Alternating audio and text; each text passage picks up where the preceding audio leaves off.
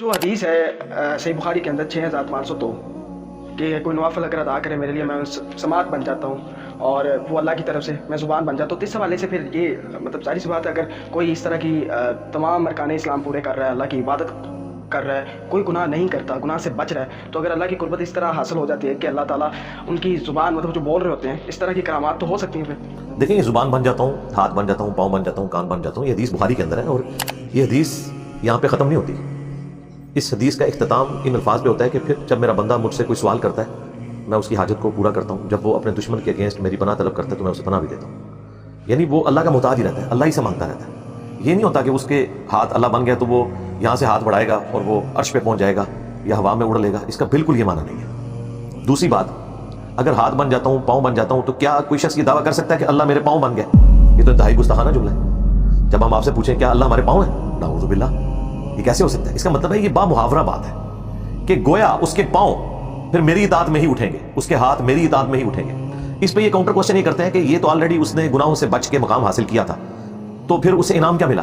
ہم کہتے ہیں انعام اسے یہ ملا کہ شروع میں تو اس نے کوشش کی، پھر اللہ تعالیٰ نے اسے یہ مقام دیا کہ وہ گناہوں سے اللہ نے اسے بچا لیا، اور اس کے اوپر جو استقامت ہے یہ اللہ کا انعام ہے.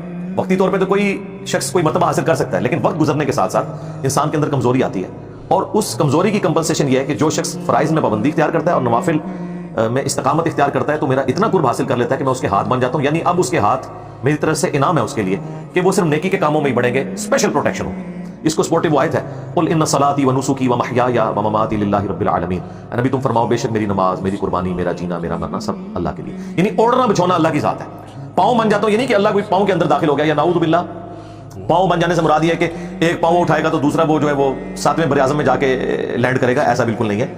اس طرح کا مفہوم نہ کسی آیت میں موجود ہے، نہ کسی حدیث کے اندر موجود ہے، کیونکہ اس کے اینڈ پہ الفاظ آ رہے ہیں جب وہ مجھ سے دعا کرتا ہے میں اس کی دعا قبول کرتا ہوں، اور جب کسی دشمن کے اگینسٹ مجھ سے پناہ مانگتا ہے تو میں اسے پناہ دیتا ہوں. بھائی اگر وہ اپنے دشمن کو نگاہ مار کے خود جلا سکتا ہے تو وہ اللہ تعالیٰ سے پناہ کیوں مانگ رہا ہے؟ یہ آخری الفاظ اس حدیث کی حفاظت کر رہے ہیں کہ اس کو آپ نے بالمفہوم لینا ہے، با محاورہ لینا ہے، نہ کہ باللفظ. اور آخری بات، یہ تو خود صوفیاء بھی اس چیز کے خلاف ہے کہ اللہ انسان کے اندر حلول نہیں کرتا. حتیٰ کہ کشف المحجوب کے اندر علی ابن عثمان حجویری نے 12 فرقے لکھے ہیں تصوف کے. ان میں سے 2 فرقے انہوں نے لکھے ہیں کہ یہ گمراہ ہے، 10 اہل سنت ہے. ان میں ایک فرقہ انہوں نے لکھا ہے حلولیہ، اور ان کا عقیدہ ہے کہ اللہ انسان کے اندر گھس جاتا ہے. ہاتھ بن جاتا ہوں، پاؤں بن جاتا ہوں، یہ اس طرف لے جاتے ہیں. اس طرح کا عقیدہ تو پینتھیزم کا عقیدہ، یہ تو کفر کے اوپر ہوتی ہے.